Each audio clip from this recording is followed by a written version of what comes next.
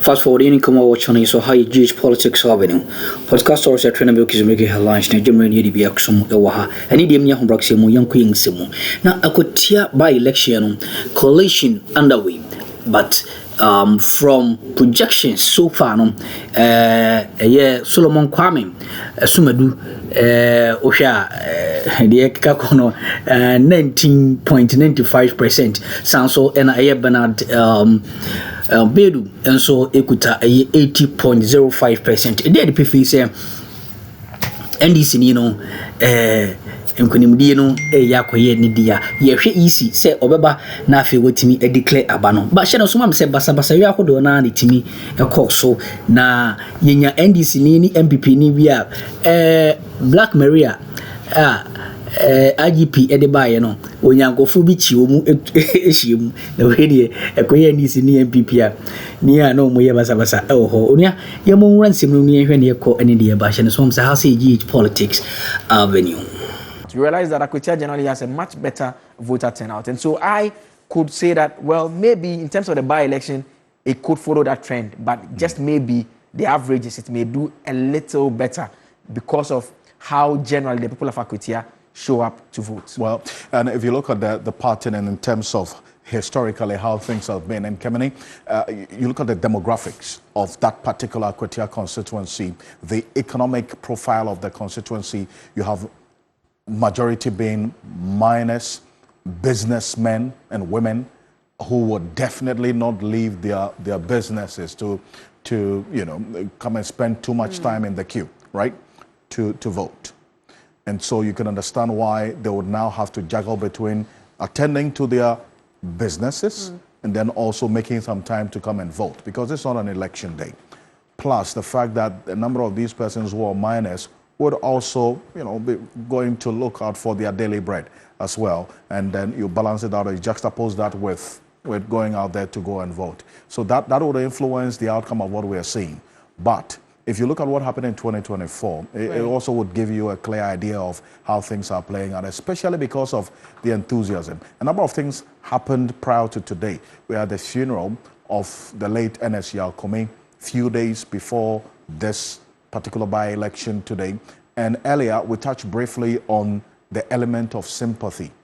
Musa Dankwa captured it in his 27-28 August poll.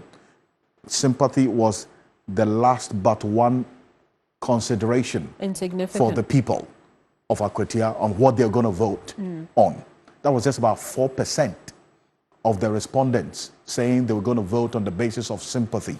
That's a departure from what we have seen in previous instances where the incumbent MP dies, and then you would have a by-election. In all the 8 instances since 1992 that an MP has passed and there has had to be a by-election, you have a sympathy there playing out quite strongly. And that could also be because this time around, the MPP has taken a detour from the previous instances we saw where they would field the partner the widow or the spouse of the departed MP. I also was working. We saw it play out in the central region as well. So now they say that okay, well, let's go in for somebody who is there. He's a minor. This is a mining community. Let's see if that's going to play to our favor. There are those who criticize the party for continuing on that path of having the spouse of the departed MP stand. But guess what? It worked for them, did it not? They had the sympathy play out, and these people won. The others also who look at other candidates, other persons who could have been able to represent the party in this by-election. Kate Jimfua, the national women's organizer of the MPP's name came up strongly. She's from the constituency. She's known on the ground in the area as well. Could she have done better than what we are seeing now, even though, let's put it on record, that the full outcome of that is not yet known. But if you look at the trajectory in terms of what we are seeing with the provisional result, could Jemfua have done any better than the Owo Mining Company's CEO Solomon Asemedu, as we are saying now? Absolutely, and Alfred, you're hitting the nail right on the head, and preempting this phase of our conversation, because as we do the analysis head to head of the candidates, the question will be whether or not the MPP could have had a stronger candidate.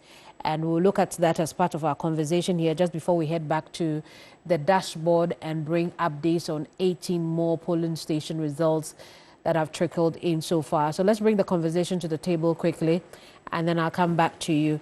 Doc, you were making the point, analyzing what may have contributed to the NDC's lagging position. Again, I'm using lagging because official declarations have not been made yet. We only have 68 polling stations. It means we still have some 51 polling stations outstanding. And so let's talk about it. Did they present a strong candidate? Well, from what is transpiring, I'm not too sure. So I've analyzed from the corporate entity called MPP and the individual called Solomon. The last thing on the part of the MPP is the fact that they have an impending presidential primaries, right? And we know that those who are well-resourced within the party, some are contesting for that particular position. So you do not expect them to go and expend their resources there for the time being. That apart, you see, instead of organizing the party elections from the bottom to the top, you are doing it from the top to the bottom. And I've told them that, look, the moment you take your presidential candidate, it is going to affect the body of, because it's supposed to be a structure. If you disorganize the structure, it will affect the unity. Because at the end of the day... Akwatia is testament to that? It is. There is no, that's why I said they went there uncoordinated. So at the end of the day, if any of these candidates should win, what that means is that they will make sure that national, regional, constituency, polling station, they have their people elected. Those who will not be elected, their people will be handed out. And that will not bring unity. I see. Now, okay. I'm going to come back to you, then we do an analysis of the NDC as well. Yes. We'll come back and do that. Right. But let's bring in Dr. Norman now. Doc, I mean, on looking at the NPP, on the same subject, right? Was it an issue of structure or candidate choice? For instance, Alfred is just telling us, look, there were those who were naming Kate Jimfua as a better candidate than Solomon Asumedu, right? What didn't work well for the NPP? Just as Doc was saying, as Oshri was saying, I believe that the NDC structure has collapsed. The MPP structure. Sorry, the MPP structure has collapsed. And they're trying to build it up top down, and it doesn't work that way. And it's not even a real top down. So for me, I think it is one of those things that a party does, which they have to move away from it. The candidate himself was not particularly suitable compared to the lawyer. You know, we lawyers, we have the gift of the gab. We can speak to people. We can speak with people. When you match somebody who doesn't have the gift of the gab in a competitive enterprise like this, by all means, the lawyer is going to shine better than that person. Lecturers, as we are able to speak quite well. So these kinds of elements, like we're going to see in Tamale, if there's competition between Professor Alidu and the rest of the people, you see that you'll be very eloquent, very straight to the point, and explain himself. In the case of the NPP and Akwatia, the candidate wasn't suitable. The profession of the candidate wasn't suitable because the whole nation is against Galamsey, except those who are involved in it, which is a minority. So they shouldn't have picked him. I don't know whether picking MPP wanted to stay away from the lady because of what happened in Ablekuma North. Oh, well. Well, it is I mean, it is why a do you factor. think? Why do you think that could be a factor? For instance, Did they support the lady at Ablokumano? because you know, initially in that circumstance, remember that the party had announced that they will not be a part of the elections because they were not It's a happy. sexist announcement. That's what If it was a man, they wouldn't have done that, really. And part of the reasons why they chose the guy with the money is what Doc has just said. The people with the money are already preparing themselves to compete for the presidential position. So they will not give their money to anyone except if you can finance it yourself. And that's exactly what happened. And because of that, they just went for the guy with the money and not whether or not he's suitable. They didn't really care. I don't think they really believe that they will win. And I want to see Honorable Befi resign because he made this announcement. Because if he doesn't resign, his constituency, I wish there was a way that constituencies can file a vote of no confidence. All right. Yeah, seriously.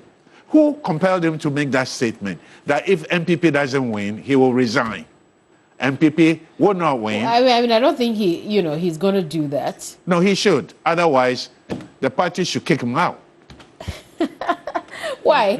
Why should the party kick him out? Because, I mean, he made a wager, he lost the wager. Yeah, so why are you still there? It goes to the fact that there is no credibility within MPP as it is now. Well, we'll give him benefit of doubt and see what comes. But it addresses a much bigger issue. And part of the much bigger issue is what Solomon Asomadu has suffered. The party has no credibility. Even in his own hometown, he didn't really win overwhelmingly. Yeah. So if they were credible, he should have done much, much better. When you listen to the party executives and the stalwarts who had attended Ernest Komi's memorial event, you hear how they almost always at every speech lean into sympathy. But we see that the sympathy playbook didn't work here. Why do you think that is so, Doc? First of all, if it was the wife of Komi that had stood, the sympathy rate would have gone up. But I'm sure they wanted to move away from that because they will have to support her with money. And maybe she didn't want to waste so much money for doing that. And so they chose somebody else. Also, Ghanaians are becoming more enlightened about politics. Just because your husband was an MP doesn't mean you have a legitimate right to become MP. So I think it shows the intelligent level of the Ghanaian voter. Let us not take them or the Ghanaian people for granted because they don't believe that just because you are married to A, B, or C, when he's dead or she is dead, that you should become the legitimate replacement. We don't believe in the replacement theory at all. Even the cynical aspect of that particular strategy has been the fact that others are suggesting then spouses could easily kill their... No, we won't go there. Yes, we won't go there. I mean, because if I kill you, just as you said, the party will pick me. I mean, just as that's you why I said, said it's cynical. Right, so we will not go there. No, but that thing... It's cynical and we will not go there. That thing really irks me. You know why? It frowns on our value system. If somebody has become a widow, and you say the person should be actively involved in politics, it means that you are stampeding, right, that which identifies us. And it is very wrong. Besides, it's not like something that is hereditary, that you should pass it on. Maybe the party usually thinks that, well, that spouse is probably politically exposed before the husband died, possibly. And that maybe we are not aware that maybe their meetings, she used to attend their meetings and do all manner of things. So that person may be politically exposed. So they will take advantage of that. Other than that, it flies in the face of our value system. I don't think that we need to continue on that tangent. I see. Now let's look at the NDC candidates. I'll start off with you, Dr. Santiotre. He appears to be in the lead now. Not appears, but because he is in the lead at this time. Based on Comfortable the lead. Comfortable. Well, I don't know. You know, we have to be careful saying comfortable because because we've said, you know, some people have said comfortable before and it didn't turn out comfortable. So we'll leave out comfortable. But out of the 119 polling stations, the Coalition Center has announced 68. I've updated their system with 68 polling stations, which means that they are now waiting on 51 polling stations. And Alfred and Blair will give us the figures shortly. But again, we still see that Bernard Bediako Baidoo is in the lead. He's still leading Solomon Esmedu. What is working for Bennett? Well, the argument is still twofold. You have a situation where, obviously, you cannot say that Akwatia, we are dealing with some people living on some island. Not long ago, we saw the economy that the previous government was running, that is the central government. And I said here that there are basically about 4 things in terms of policy directive of any government that will affect their chances in general elections. The first one is inflation. Now, if inflation is high, it means the cost of living on the street is very high. It affects people's income. It is going to affect prices of rent, right? Accommodation. It affects, what is it called? Medicine, right? The cost of medicine. And all those things. So it means the cost of living is so high. You are not going to attract the middle level, the middle class, to your advantage. You won't, because of these things that I've enumerated. Secondly, your currency. What's the situation of your currency? Your currency had depreciated to the level that we had even reached a junk status in terms of our debt to GDP. So if the currency is deteriorated, then obviously, since you are an import-driven country, right? Import-driven country, most of the things that you import will be what? Expensive on the market. They cannot in any way buy them. The businesses are going to struggle because they will have most of their wares unprocured, and people will not be able to patronize. So you will see that the economy will be contracting. It won't grow. Then we talk about interest rate. Now, interest rate should lead to the creation of jobs, because as President Akuffo will tell you, the engine of growth is the private sector. It's the private sector that is supposed to go to the banks, get loans at lower interest rate, so that they will invest in their businesses, right, and create more jobs. And all these things are working in the favor, or have worked in favor of Bernard? I'm building a point from the previous government. Right. Right? So we had that situation. That is the more reason why you saw unemployment rate soar up to 14.8. Because the economy was not expanding, the businesses were not expanding to create more jobs. It is tight. The final thing is your debt to GDP ratio.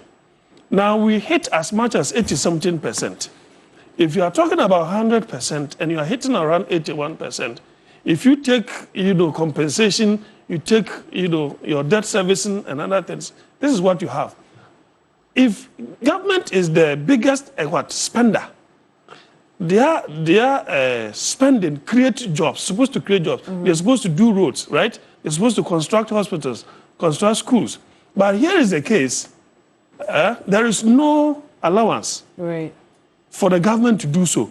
That is the more reason why you saw poor roads not being done. Projects like Agenda 111 all coming to some kind of standstill because there is no physical space. Yes, that is the actual thing. Physical space for government to do so. You are going to lose the election. And you lost. You see, there is that interface, the middle class, the upper class, and the lower class. The lower class depends on the middle class. The lower class do not have access to the upper class.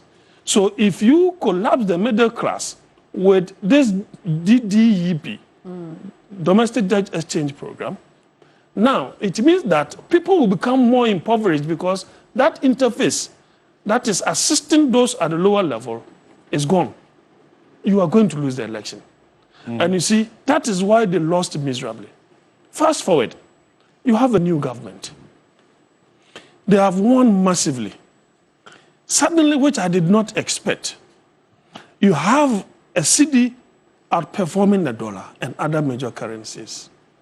Suddenly, because of the stability of the cedi, you have seen a reduction in fuel prices, right?